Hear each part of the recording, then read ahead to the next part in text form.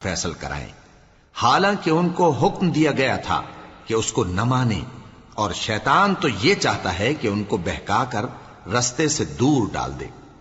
और जब उनसे कहा जाता है कि जो हुक्म अल्लाह ने नाजिल फरमाया उसकी तरफ रुजू करो और पैगंबर की तरफ आओ, तो तुम मुनाफिकों को देखते हो कि तुमसे गुरेज करते और रुके जाते हैं। फिर कैसी नदामत की बात है कि जब उनके आमाल की शामत से उन पर कोई मुसीबत वाक़े होती है तो तुम्हारे पास भागे आती हैं और कस्में खाते हैं कि वल्लाह हमारा मकसूद तो भलाई और मुसालिहत था।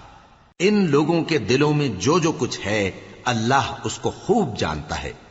तुम उनकी बातों का कुछ ख्याल न करो और उन्हें नसीहत करो और उनसे ऐसी बातें कहो जो उनके दिलों में असर कर जाएं। और हमने जो पैगंबर भी भेजा है तो इसीलिए भेजा है कि अल्लाह के फरमान के मुताबिक उसका हुक्म माना जाए। और ये लोग जब अपने हक में जुल्म कर बैठे थे, अगर तुम्हारे पास आते और अल्लाह से बख्शिश मांगते और पैगंबर भी उनके लिए बख्शिश तलब करते तो अल्लाह को मुआफ करने वाला बड़ा मेहरबान पाते। बस तुम्हारे परवरदिगार की कसम, ये लोग जब तक अपने तनाजुआत में तुम्हें मुंसिफ न बनाएं और जो फैसला तुम कर दो उससे अपने दिल में तंग भी न हो बल्कि उसको खुशी से मान लें, तब तक मोमिन नहीं होंगे।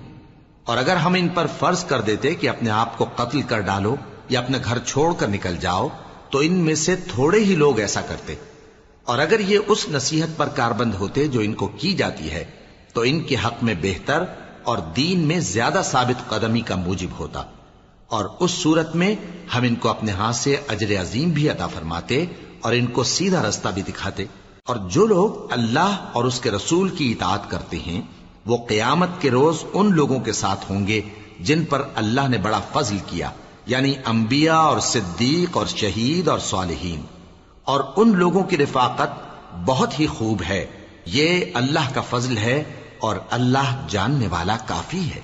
मोमिनो, जिहाद के लिए हथियार ले लिया करो, फिर या तो जमात जमात होकर निकला करो या सब इकट्ठे कूच किया करो।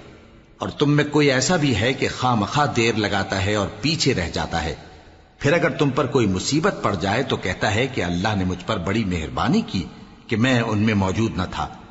और अगर अल्लाह तुम पर फजल करे तो इस तरह से कि गोया तुम में उसमें दोस्ती थी ही नहीं, अफसोस करता और कहता है कि काश मैं भी उनके साथ होता तो मकसद अजीम हासिल होता। अब जो लोग आखिरत को खरीदते और उसके बदले दुनिया की जिंदगी को बेचना चाहते हैं उनको चाहिए कि अल्लाह की राह में जंग करें, और जो शख्स अल्लाह की राह में जंग करे फिर शहीद हो जाए या गलबा पाए, हम अनकरीब उसको बड़ा सवाब देंगे।